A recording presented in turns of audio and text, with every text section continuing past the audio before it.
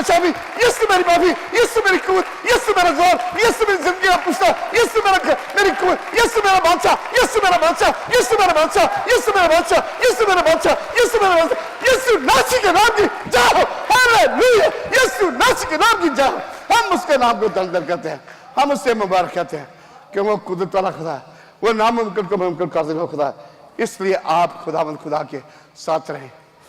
खुदा के कलाम में लिखा हुआ है वक्त ना जानना। वो लोग वक्त नहीं जानते, उनके लिए भी कलाम लिखा है मत्ती 24 बाब उसके 36 से 50 में। उस वक्त और उस घड़ी की बाबत कोई नहीं जानता, ना आसमान पर, ना बेटे की, ना बाप की। जैसे वो घड़ी मेरे बेटों, मेरी बेटी कोई नहीं जानता, स्वयं खुदा बाप, खुदा बेटा, खुदा पाक करूं, क्योंकि वो घड़ी पता नहीं कब आ जाएगी। नूह के जमाने में खुदा ने उससे कहा, उसने खुदा की आवाज सुनी, जा इस बियाबान में जहां पर बहुत दरख्त है वहां पर एक कश्ती बना और हर किस्म का जानवर उसमें अपने आप आएगा, हर चीज का मेल फीमेल आएगा, और तू जो कश्ती बना और मेरा इंतजार कर। दुनिया में लोग खाते पीते थे, रंग रलियां मनाते थे, बुरे काम करते थे, गुनाह अरूज पर था। खुदा ने लोगों को बताया कि बाहर आ जाओ, तौबा करो, निजात पाओ, लेकिन कोई ध्यान नहीं दे रहा था। आखिर क्या हुआ?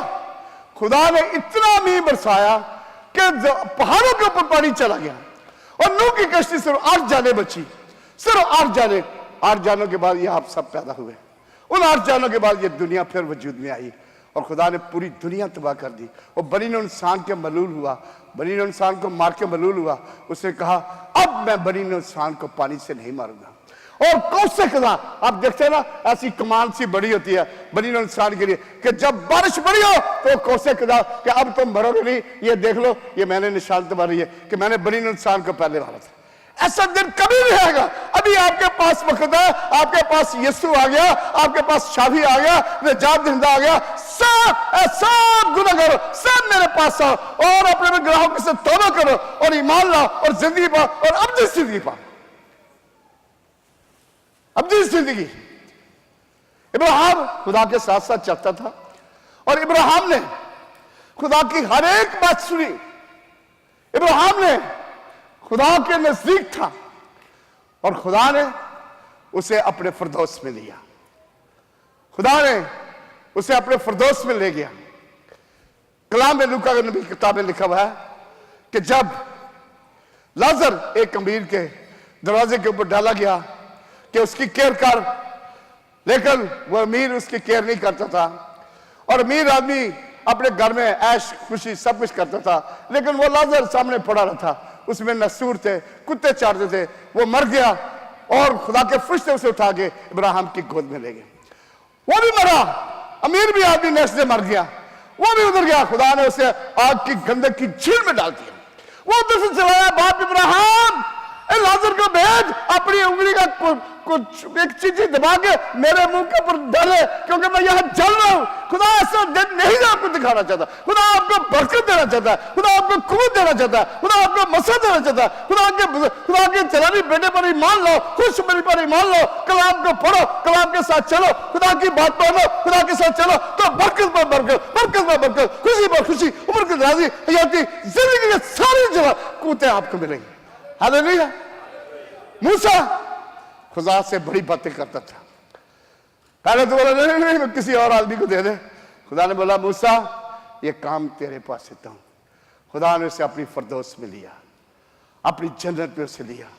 इसी तरह वो सुरफरी की औरत, टाइम नहीं है कि मैं हवाले दूं या पढ़ूं आपके लिए, उसने उसकी बेटी को बदरू ने पकड़ा हुआ था। मत्ती 15 बाब में लिखा हुआ है, उसकी बेटी को बदरू ने पकड़ा हुआ था। वो यीशु के पास चला रही थी। जिस तरह भी आपने देखा कि बदरू जो है ना उसको पकड़ी हुई है, वो पादरी को मारना चाहती थी। पादरी बोलता तू मुझे मारना चाहती, कोई हथियार मेरे खिलाफ नहीं होगा, कोई असला मेरे साथ नहीं चलेगा, क्योंकि मैं खुदा का बंदा हूं। खुदा मेरे बीच में है, यीशु मेरे बीच में, शादी मेरे बीच में, यीशु नासी मेरे साथ है, इसलिए मुझे कोई हथियार मेरे साथ नहीं चलेगा। वो औरत बड़ी परेशान थी, बड़ी उसकी जिंदगी बेजार थी वो बड़ी बेहाल थी, वो यीशु के पीछे, ऐ इब्ने दाऊद, ऐ यीशु रहम कर, मेरी मदद कर, मेरी बच्ची को शिफा दे। उसको बदरू ने पकड़ा हुआ, खुदा यीशु ने उसके कदमों में आके गिर गई। जब आप ही खुदा के चरणों में आके गिरेंगे, जिस तरह याकूब खुदा के चरणों में गिरा और उसने सीधा किया और खुदा के कदमों को पकड़ लिया और खुदा को जफा लगा लिया, ऐसे जब आप खुदा के आगे झुकेंगे, उसे पकड़ेंगे, तो खुदा आसमान से आपको बढ़ते बढ़ते नाज़िल करेगा। हालेलुया। याकूब जैसी जफी आपने डाल दिया। जब खुदा है, खुदा का फरिश्ता, जफा डाल लो, जब तक तुम इन्हें बरकत नहीं देगा, जब तक तुम इन्हें बरकत, मैं तुझे नहीं छोड़ूंगा, उसे नहीं छोड़े कि यीशु तुझे जाने न दूं, यीशु तुझे, जब तक तुम इन्हें बरकत नहीं दे, मैं तुझे नहीं जाने दूंगा। वो आपके पास आएगा, और जब तू सच्चे दिल से मुझे पुकारेगा तो मैं तेरे पास आ जाऊंगा, और वो हकीकत आपके पास आएगा। हालेलुया। और वो यीशु के कदमों पर गिरी, उसने बड़ी हलीमी से, बड़ी आजी से झुके कहा, हाँ मालिक, ये मैं जानती हूं कि मालिक की टेबल से जो टुकड़े नीचे गिरते हैं, कुत्ते भी उससे अपना पेट पालते हैं। जिस औरत, तेरे इस ईमान से तेरा ईमान बहुत बड़ा, उसने कामल ईमान यीशु पर लाई, कामल ईमान लाई कि मेरी बेटी ने यकीन बादशाह का बादशाह है, शफा का मम्मा यही है, यही कुदरत का खुदा है, इसके नाम से बुजुर्ग मांगते हैं, इसके काम से बुजुर्ग मांगते हैं, इसको लोग छू के शफा पाते हैं, इसने अंधों को आंखें दिया, यही वो मम्मा है जो चेता है। और उस औरत के उसने कहा, जा, तेरी बेटी कामल तौर पर उस बुजुर्ग से रिहाई पाई, उसकी बेटी कामल तौर से रिहाई पाई, कामल ईमान उसने पाया। कोड़ी यीशु के पास आया, अगर तू चाहे तो मुझे पाक साफ कर सकता। कितने लोग ईमान के साथ उसके घर में आते हैं कि आज मैं उसके घर में बरकत लेके जाऊंगा, आज मैं उसके घर से कामल शिफा लेके जाऊंगा। वो आपके हाथों को देखता है, वो आपको ईमान को चाहता है। जो कोई भी तकाज़ा रखता है उसके लिए सब कुछ हो जाता है, आपके लिए सब कुछ हो देगा, हर चीज हो जाएगी, वक्त आप कामल ईमान रखें। हालेलुया।